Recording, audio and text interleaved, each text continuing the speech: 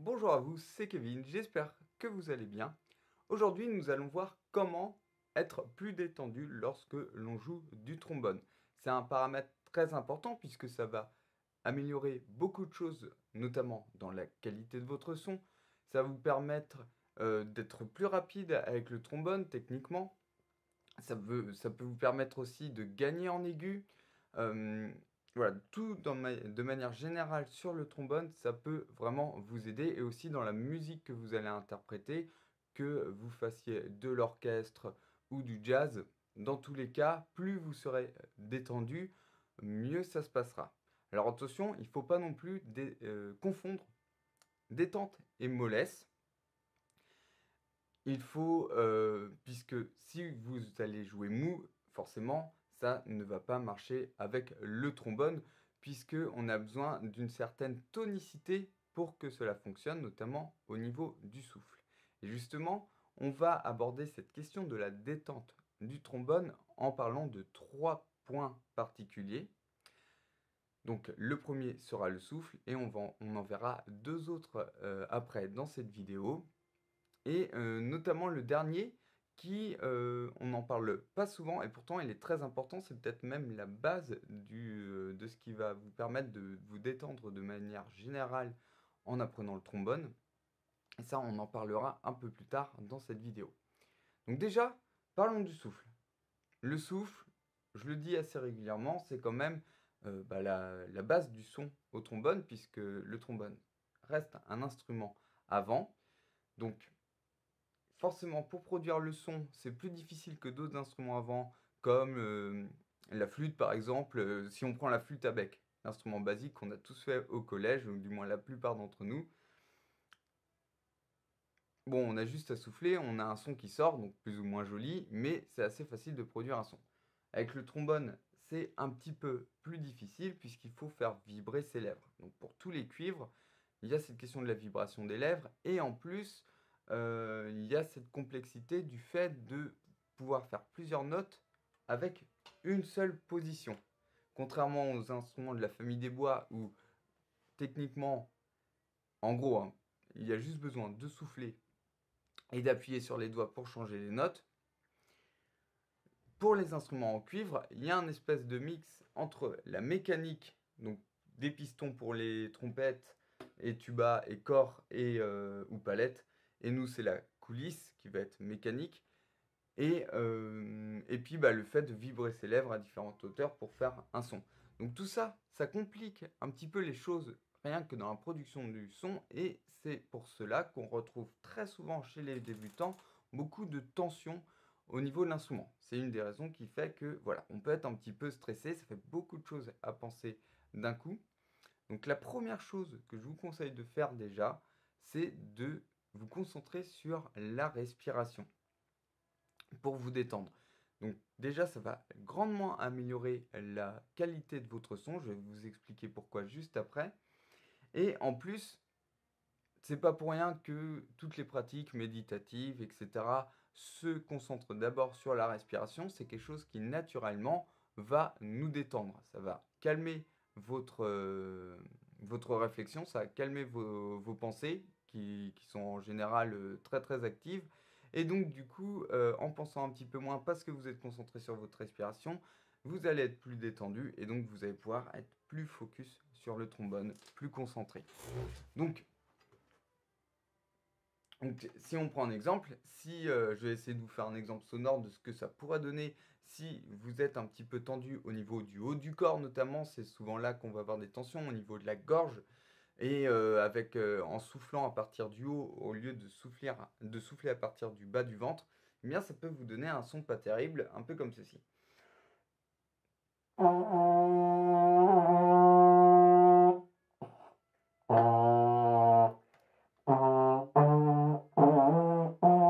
Donc je sais pas si vous vous reconnaissez peut-être dans ce genre de son si vous débutez, vous n'avez peut-être pas encore un son très ouvert, donc c'est notamment à cause de cette question de détente. Alors comment vous allez régler ça? Déjà avec le souffle, vous allez vous concentrer sur le fait déjà d'ouvrir un petit peu la cage thoracique. Je vous conseille notamment un truc qui marche bien, c'est de penser plutôt les omoplates qui vont se resserrer à l'arrière. Et quand vous allez inspirer, bien inspirer dans le bas du ventre. Pensez à la voyelle O lorsque vous inspirez, la voyelle O ou A, mais pas de I, de U. Voilà, des choses qui vont resserrer la gorge, ça ne va pas marcher. Voilà, pensez une respiration bien ample et lorsque vous soufflez, soufflez tout du long d'une façon assez active pour que l'air rentre bien en vibration, fasse bien vibrer vos lèvres. Donc pas trop molle, mais non plus, il ne faut pas que ce soit en force non plus, sinon là vous allez être tendu. Donc à vous de trouver avec la pratique au quotidien, et bien de trouver votre juste milieu, d'avoir cet air suffisamment actif mais sans être crispé. Donc déjà, vous pouvez vous entraîner à faire comme ça quelques profondes inspirations et profondes expirations en sentant que dans le corps, vous êtes détendu. Le seul endroit où vous pouvez avoir un peu de tension, de dynamisme, c'est au niveau du masque à bien maintenir et au niveau du bas de votre ventre où vous allez propulser l'air.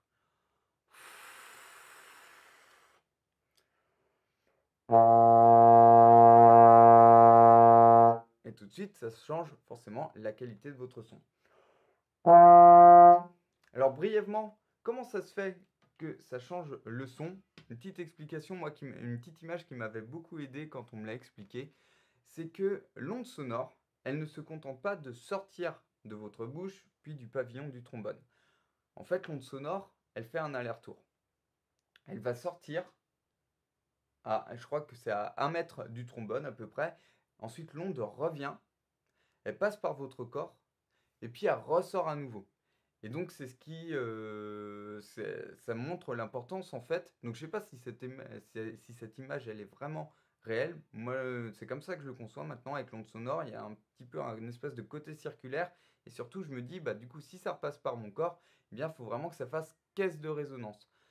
Et donc, c'est d'où l'importance de cette détente pour que le son soit le plus qualitatif possible.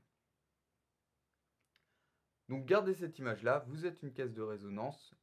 Donc, la première chose à penser, c'est la respiration. Ensuite, le deuxième point sur lequel vous pouvez être crispé, c'est au niveau de la coulisse. On ne sera jamais en fait assez détendu avec la coulisse. Donc je vais vous donner 2-3 petits conseils pour que ce soit plus simple, parce que souvent on a tendance à bien être... au début, on est bien crispé sur la coulisse, et on fait nos positions d'une façon très saccadée comme ça. Et donc, ça vous fait perdre énormément d'énergie. Donc, encore une fois, ça impacte la qualité de votre son, la vitesse de votre jeu, etc. Donc, première chose à faire pour que la coulisse soit pour que vous soyez plus détendu avec la coulisse, pardon, c'est déjà comment ça s'appelle? J'ai oublié le mot. C'est d'utiliser ce petit produit pour faire glisser la coulisse. Donc après, vous avez celui que vous voulez. Moi, j'utilise le Yamaha parce qu'il y a des produits, en fait, il faut le mettre en 2 fois pour faire glisser la coulisse. Moi, j'utilise celui-là parce qu'il y a besoin de mettre seulement ce produit, donc c'est beaucoup plus simple. Et donc, voilà, vous nettoyez votre coulisse et puis vous mettez le produit dessus afin de vous assurer qu'elle glisse bien. Déjà, ça va vous faire gagner en vitesse sur la coulisse et des fois, on ne l'entretient pas assez. Donc, voilà, je voulais faire cette petite parenthèse très importante.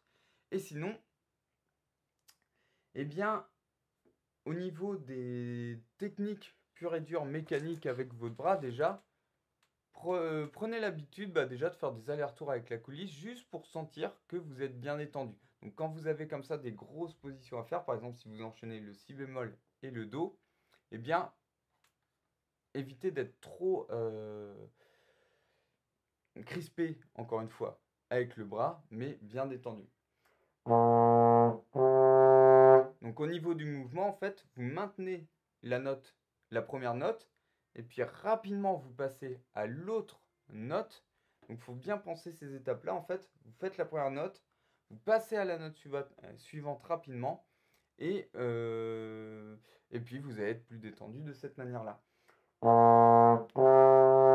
Donc par exemple, si vous montez la gamme de si bémol majeur, il faut vraiment penser toutes ces étapes et, puis au niveau de chaque mouvement du bras, se concentrer au départ à être le plus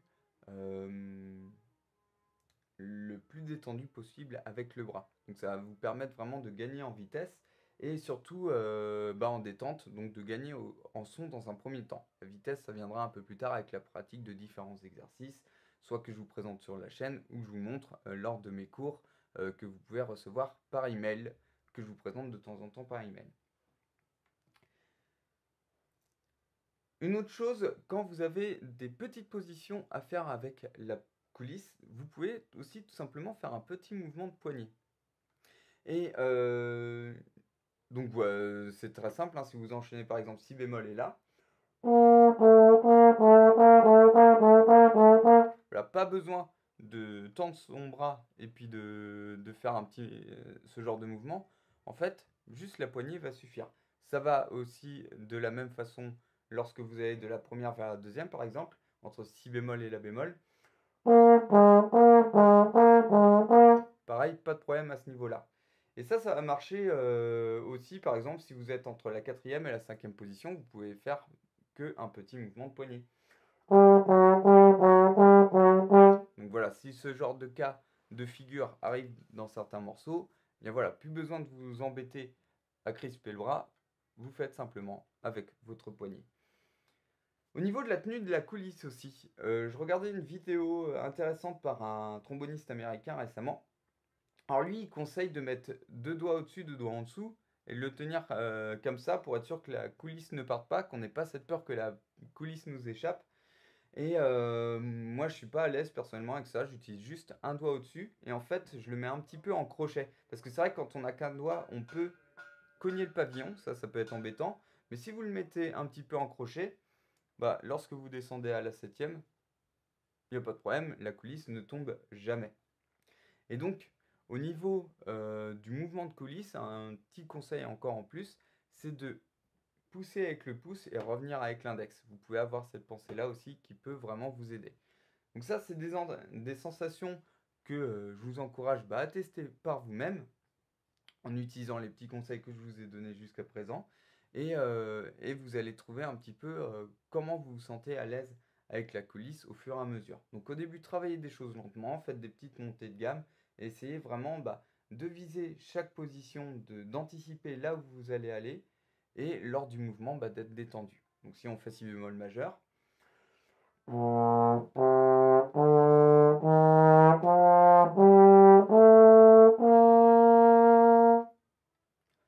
voilà, pas de crispation avec le bras. Et enfin, pour terminer cette vidéo, la dernière chose importante pour vous détendre, ça va être au niveau du mental. On en a parlé un petit peu avec la respiration, mais c'est vraiment assez important. Donc même si comme ça a l'air un petit peu déconnecté peut-être du trombone, faut pas sous-estimer cette question-là. Et on va rester dans le contexte du trombone. En fait, c'est tout simplement, par exemple, il peut arriver au bout d'un moment, quand vous commencez à avoir un peu d'expérience, et bien que vous commencez à avoir beaucoup de morceaux différents à travailler, ou que vous-même, dans votre pratique personnelle, vous mettez un petit peu la pression à vouloir travailler trop de choses. Alors une astuce toute simple qui fonctionne très bien, c'est de vous dire chaque jour vous allez travailler une seule chose. Donc ça peut être dans différents domaines, par exemple vous travaillez une seule chose dans votre chauffe et un seul morceau ou un seul passage de morceau. Vous faites la chose la plus petite possible, où vous vous dites limite ça va être trop facile, mais vous allez vous concentrer à faire cette chose le plus parfaitement possible quelque part. Et le fait de vous dire que, voilà, que vous n'avez qu'une seule chose à faire, et rien que ça va vous détendre. Et en fait, vous allez voir que dans votre pratique derrière, eh bien, vous allez, encore une fois, jouer beaucoup plus détendu et ça va changer beaucoup de choses dans votre jeu. Donc voilà tout ce que je avais à vous dire sur la détente. Si vous voulez beaucoup plus de conseils pour débuter le trombone et aller plus loin avec le trombone, eh bien, je vous ai mis un lien en description. Il suffit de cliquer dessus et vous allez recevoir 1 heure de cours offert pour débuter le trombone.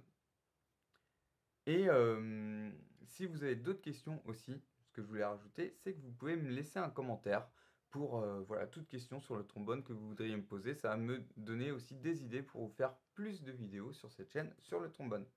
En attendant, je vous dis à bientôt dans une prochaine vidéo. Ciao, ciao!